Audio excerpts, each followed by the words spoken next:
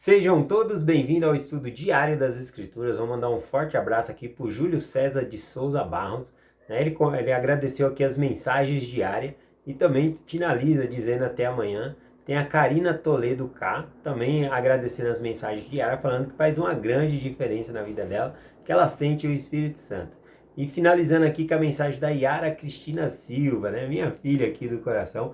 Ela compartilhou uma escritura que eu coloquei no topo dos comentários, A escritura diz assim: ai dos ricos que são ricos das coisas do mundo, porque sendo rico desprezam os pobres e perseguem os mansos, e seu coração está em seus tesouros. Portanto, os seus tesouros são o seu Deus, e eis que os seus tesouros também perecerão com eles. Gratidão aqui pela sua mensagem. Hoje nós vamos compartilhar aqui juntos Mateus capítulo 7, tá bom? Continuando o Sermão da Montanha, o Salvador Jesus Cristo aqui, ele dá algumas advertências para nós tomarmos cuidado aqui, tá bom? Então, a partir do versículo 15 aqui, ele diz o seguinte: acautelai-vos, porém, dos falsos profetas, que vêm a vós vestido como ovelhas, mas interiormente são lobos vorazes, Então, ele está falando para nós tomarmos cuidado com os falsos profetas. Ora, se tem o profeta falso, é porque tem o profeta verdadeiro também. Por isso que ele está nos advertindo para tomar cuidado. Não dá para identificar o profeta falso pela roupa que ele veste ou a maneira que ele está ali, tá bom? Por quê?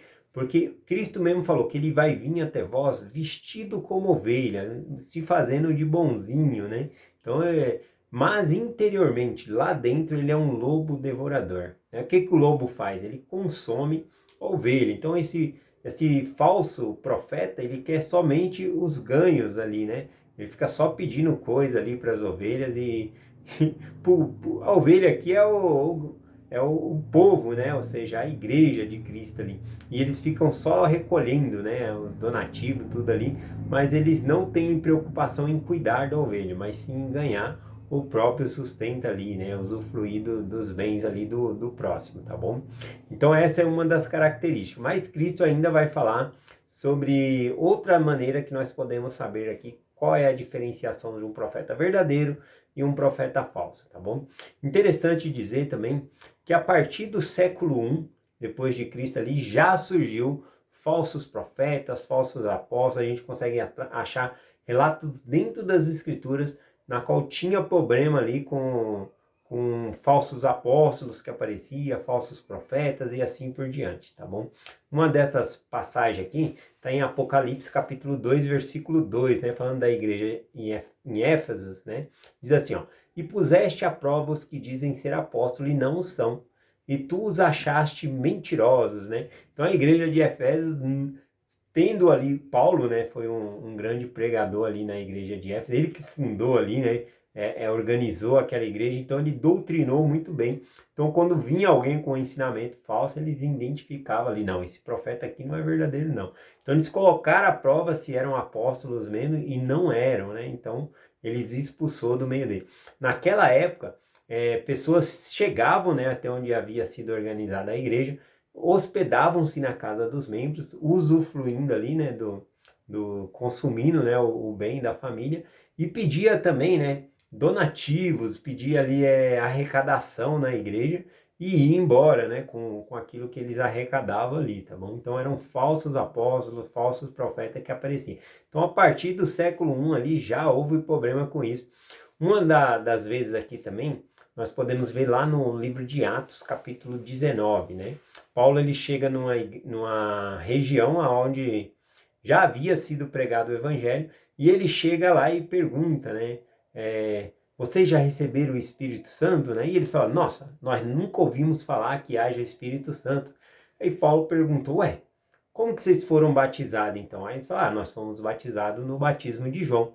E aí Paulo percebeu, porque quando João batizava, ou alguém que tinha autoridade do sacerdócio arônico batizava, ele falava para a pessoa, olha, depois você vai receber o Espírito Santo por alguém que tem autoridade do sacerdócio maior ali, Então, mas quando Paulo chegou ali e viu que eles nem sabiam o que era o Espírito Santo, aí ele identificou que quem havia batizado não tinha autoridade para batizar, Então ele pega e refaz esse batismo. Aqui diz que todos os que ouviram foram batizados, essas palavras de Paulo.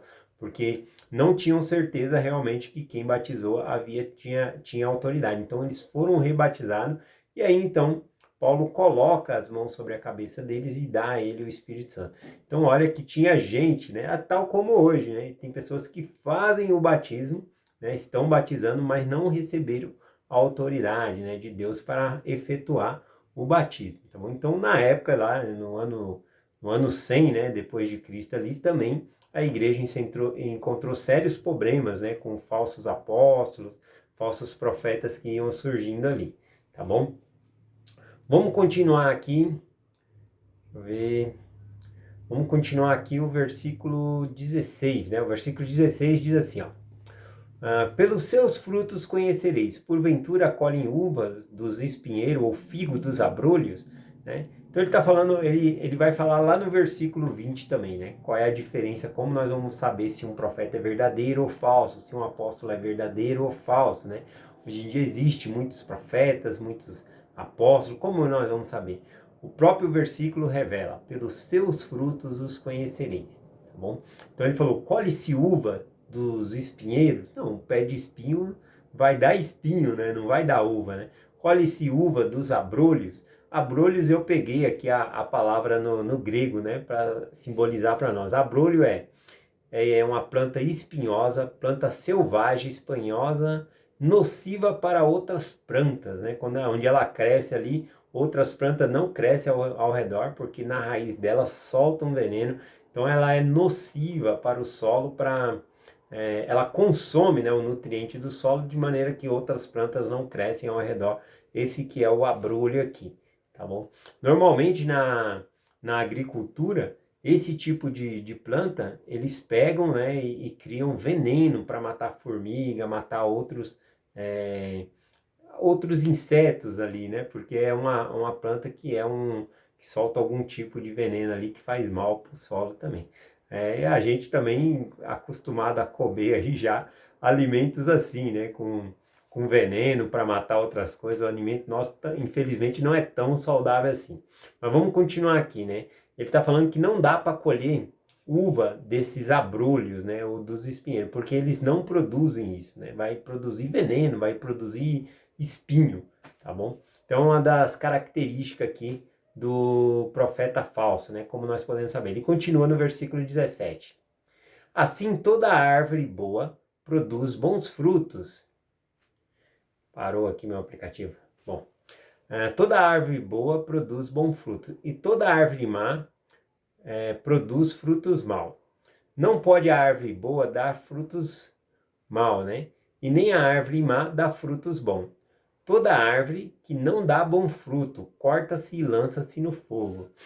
Bom, uma árvore que não dá fruto, para que ela serve, né? Vai ter que cortar e lançar, vai ter que virar fogo, né? Vai ter que virar carvão ali, né? Para outro tipo de consumo ali. Esse é o perigo de nós seguirmos um profeta falso, porque a pregação dele vai falar talvez só sobre teologia da prosperidade, né? E você vai ficar muito focado nas coisas do mundo e não vai se preocupar com seus pecados, numa mudança de coração. Então você não vai produzir os frutos bons, né, de uma árvore aqui. Então se nós também não produzimos esses frutos bons, nós seremos lançados também no fogo, né, conforme diz a escritura aqui, tá bom?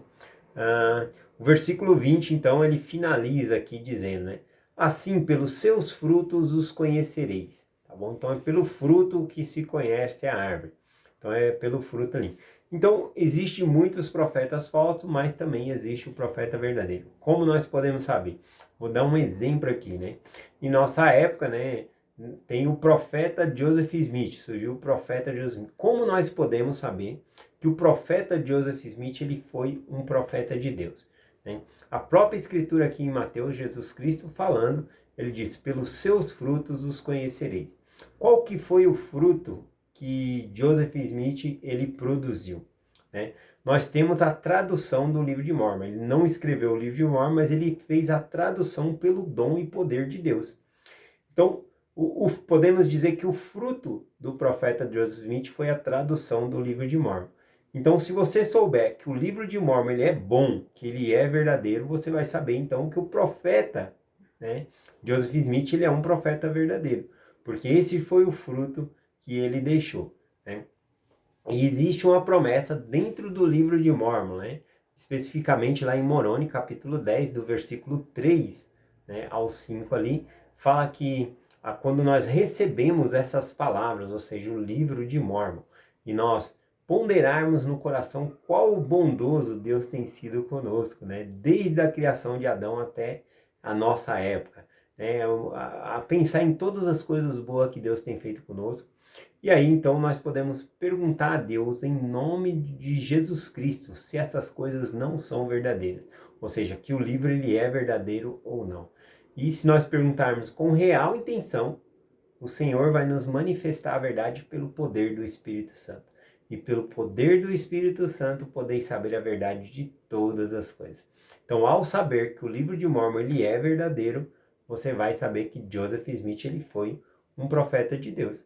É simples assim, né? É só orar e perguntar ao Senhor, né? Vamos comparar o livro de Mórmon como um bolo, né? Para você saber que um bolo é gostoso, você não precisa comer o bolo inteiro, né? Você pode experimentar algumas partes, né? E perguntar, nossa, isso aqui está me levando para próximo de Deus? Isso aqui está ensinando coisas corretas para mim? Vai me ajudar, né, a me aproximar de Deus? Então você pode tirar a sua própria dedução sabendo se isso é bom ou não para você. Em seguida, você tem que... Aí, isso também não é suficiente, né? Existem muitos livros de autoajuda aí. Aqui ainda pede para que nós perguntemos a Deus que o livro ele é verdadeiro, né? Tá bom? Que ele veio realmente de Deus. E ao receber a resposta, então você vai saber que Joseph Smith ele foi um profeta de Deus. Em outras palavras, pelos seus frutos os conhecereis, tá bom? E aí vamos finalizar aqui a nossa mensagem com o versículo 21 aqui, né? O versículo 21 e 22 diz assim, ó: Nem todos que me diz, Senhor, Senhor, entrará no reino dos céus, mas todo aquele que faz a vontade de meu Pai que está no céu. Muitos me dirão naquele dia, Senhor, Senhor, não profetizamos nós em teu nome?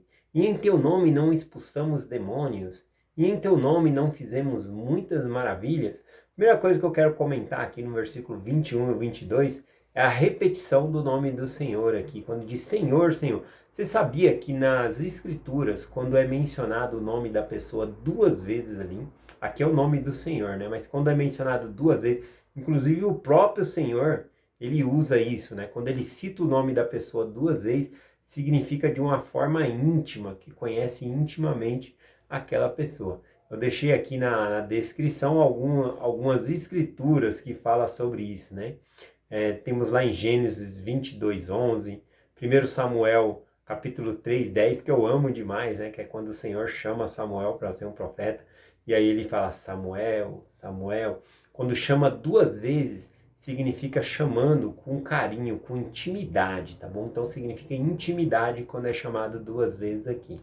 Temos lá em 2 Samuel 18:33, Lucas capítulo 22, versículo 31, quando Jesus Cristo fala de Simão, né, Pedro, né, fala Simão, Simão, né, o Satanás me pediu para peneirar, né, para deixar peneirar você como trigo, né, mas eu pedi por ti, né.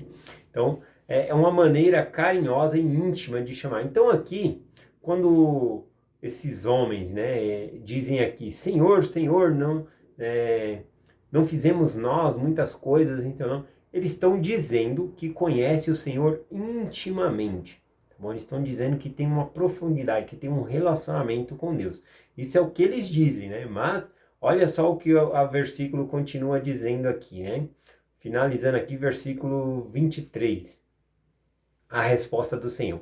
E então lhes direi abertamente, nunca vos conheci, apartai-vos de mim, vós que praticais a iniquidade. Olha que forte, né? Agora, ó, só queria colocar aqui essa parte que o Senhor diz aqui, ó. E então lhes direi abertamente, nunca vos conheci. Essa palavra aqui, nunca vos conheci, na tradução de Joseph Smith, ao traduzir essa parte aqui, Joseph Smith colocou assim, vós nunca me conheceste, né? Porque fica mais correto no texto também, porque Deus, ele conhece todo mundo, né? É nós que não conhecemos ao Senhor. Então, é as pessoas que não conhecem a Deus. Agora, Deus conhece o íntimo de cada pessoa, tá bom?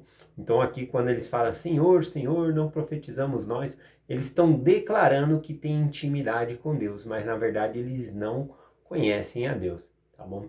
Quem conhece a Deus? Aqueles que fazem a vontade de Deus. É isso que a Escritura menciona aqui, tá bom? Então, pelos seus frutos os conhecereis.